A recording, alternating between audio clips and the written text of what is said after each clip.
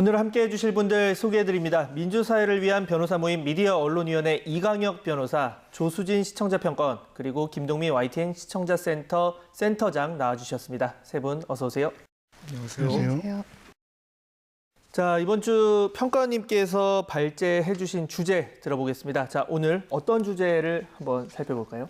네, 한국 시간으로 지난 5월 22일 열린 한미 정상회담이 무사히 종료가 됐는데요. 네. 이번에 그 한미 정상이 노마스크로 만난 점들 이런 것들이 굉장히 인상적이었습니다. 네. 각 방송 언론에서 그래서 5월 하순경부터 해서 그 한미 정상회담 소식을 앞다퉈서 집중 보도를 했는데요. 오늘 이 소식 함께 짚어봐야 될 것 같습니다. 네, 말씀대로 이번 주 리뷰와의 시간이 한미 정상회담 소식을 담은 YTN 보도 살펴볼 텐데요. 조 바이든 행정부 출범 뒤 처음으로 개최된 한미 정상회담이었습니다. 자, 이어서 살펴주신 내용 바로 들어보겠습니다. 먼저 이제 정상회담 전후해서 시기별로 좀 살펴보면 좋을 것 같습니다. 예. 전에는 그 주요 의제를 정리해서 보도하는 점들이 좀 눈에 띄었었는데요. 문 대통령 19에서 22일 방미, 또 바이든과 한미 정상회담이란 제목, 또 문 대통령 바이든 첫 대면 회담 관전 포인트는이라는 이제 제목의 기사 보도였는데요. 대통령 방미 일정부터 한미 정상회담까지 의제를 총 정리해서 완성도 있는 그런 보도를 보여줬다라는 생각이 들고요. 많은 시간을 굉장히 할애했습니다. 네.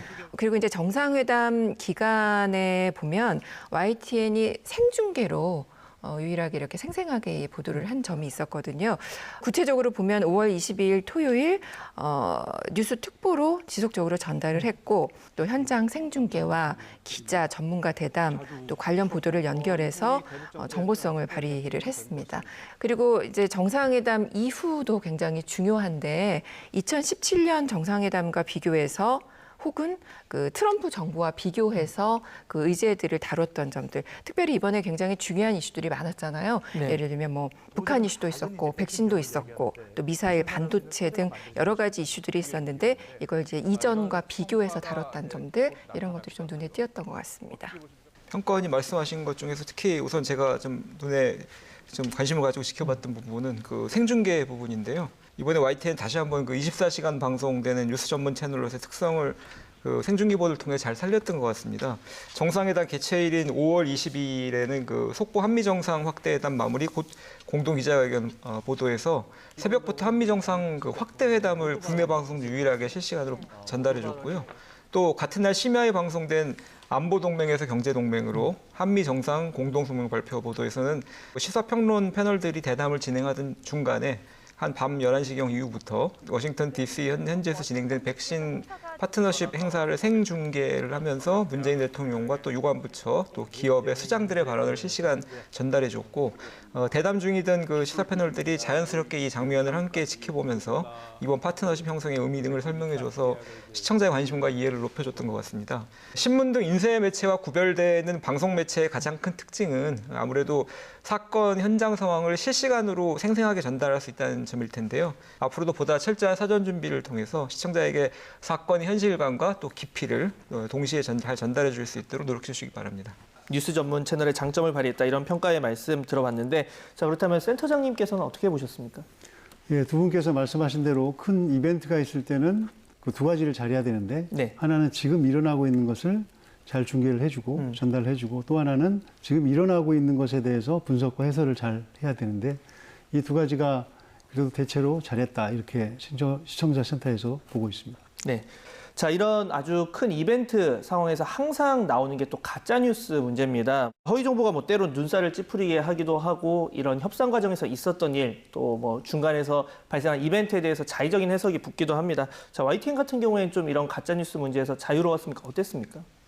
예, 역시 이번 정상회담 결과를 놓고 정략적 목적이라든가 이런 거에 따라서 그 기본적 사실관계를 왜곡한 허위 정보 내지 선동 이런 것들이 좀 있었는데 네. 이거를 좀 YTN은 비교적 신속히 바로잡아준 그런 좀 긍정적인 보도들이 있었던 것 같습니다. 우선 5월 24일 방송된 뉴이죠. 일언론 점심도 졌다. 훈장 수여식 문 대통령 올 때 사실은 보도에서는 이번 정상회담 일정 중에 문재인 대통령이 미국 정부의 한국전 참전용사 훈장 수여식 행사장에서 문 대통령 홀로 남겨진 것처럼 보이는 사진을 이 국민의힘 박수영 의원이 SNS에 이제 올리고 또 굉장히 답답하다 이런 비판성 글까지 곁들인 것, 이것에 대해서 팩트 체크를 해줬는데요. 당시 현장 화면을 이렇게 다시 틀어줘 보여주면서 그 문제의 사진은 문 대통령이 미국 측 의전 담당자를 기다리던 뭐 약 1초나 될까 말까 할까요? 그런 찰나의 순간을 캡처한 것으로서 전체적인 흐름 그 분위기를 보면은 전혀 뭐 왕따를 당했다든가 소외당했다든가 뭐 그런 걸로 보기는 좀 거리가 있다라는 것을 이제 잘 확인시켜 줬던 것 같습니다.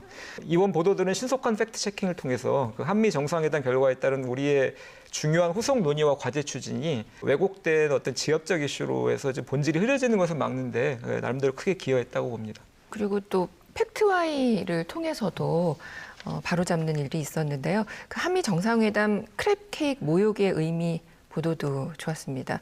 크랩 케이크가 뭔지 실시간으로 막 올라가기도 하고 관심을 가졌었는데 네. 이게 보수 유튜버가 그 정상회담에서 나온 크랩 케이크를 뭐 문 대통령을 모욕하는 의미다라고 하기 시작하면서 이제 일파만파 퍼진 거거든요. 여기에 대해서 미국 교민의 반응이라든가 일본 정상과의 그 햄버거 사례를 소개한다던가 그다음에 음식과 관련된 속어의 의미를 소개하면서 팩트를 체크를 해주었습니다. 요즘에는 너무 매체도 많고요. 또 가짜 뉴스 이런 것들이 많아지고 인터넷 환경 때문에 굉장히 빨리 퍼지는 그런 환경이잖아요. 그래서 팩트 체크를 잡아주는 것도 중요한데 굉장히 빨리 잡아주는 것도 언론의 역할 중에 하나인데 그걸 이번에 YTN이 좀 잘했다라는 생각이 들고요. 또 새로운 관점에서 전망을 제시해준 그런 대담도 좀 눈에 띄었습니다. 5월 23일 한미 백신 파트너십 글로벌 허브 초석이라는 대담인데요.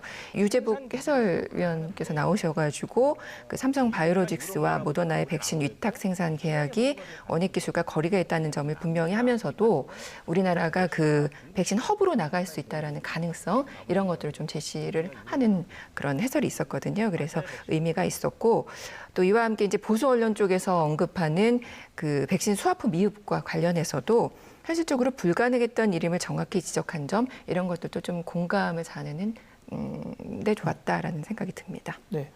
뭐 어떤 의전이나 뭐 성과에 대해서 두 분 말씀 들어보니까 비판도 근거 있게 해야 이제 그분들의 나머지 주장도 또 사람들이 그럴 수도 있겠구나라고 할 텐데 정말 뭐 1초짜리 이런 걸 가지고 이제 전체인 것처럼 호도하고 하면 사실 다른 주장까지도 좀 믿기가 어렵게 느껴지지 않을까라는 생각이 들어서 좀 우려가 됐는데 자, 뭐 아주 중요한데 참 근절이나 뭐 이런 게 요즘 워낙 잘 퍼지고 해서 쉽지가 않습니다. 자, 센터장님께서는 좀 어떻게 보셨습니까?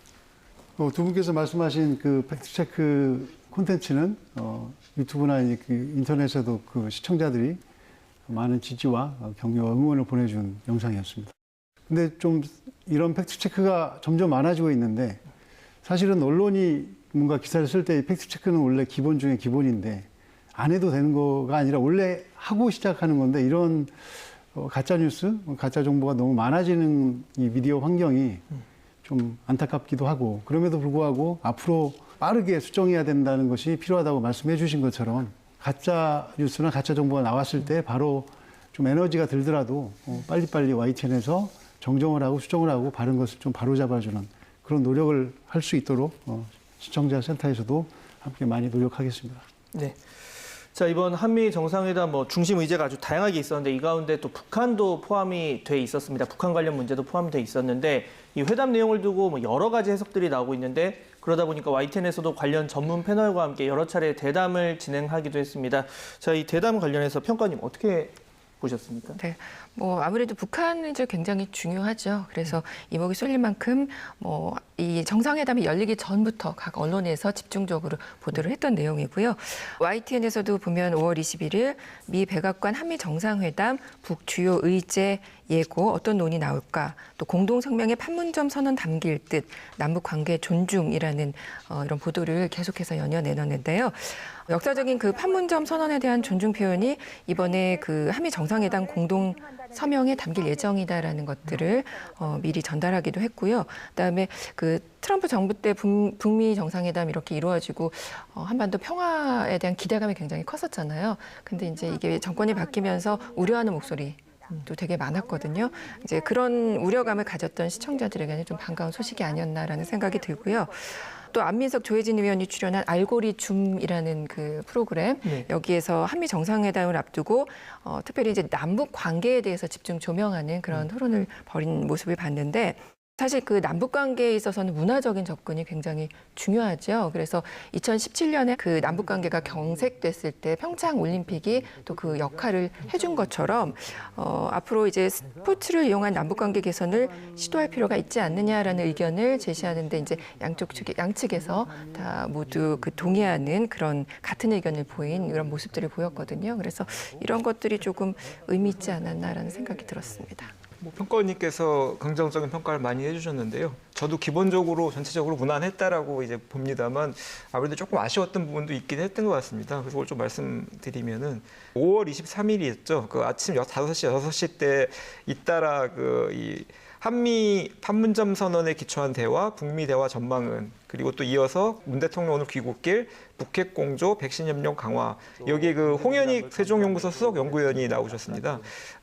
그래서 그 성과를 진단해 주셨는데 뭐 홍 연구위원은 전공도 외교 쪽을 하셨고 외교 전반에 대해서 식견을 가지신 분인 건 맞습니다만 이제 최근에는 그 이제 주로 활동 또 연구를 이제 대북한 내지는 한반도 문제에 특화돼서 이제 하시다 보니까 다각적이고 폭넓은 분석하는 데는 조금의 부족함이 있지 않았나 싶고요.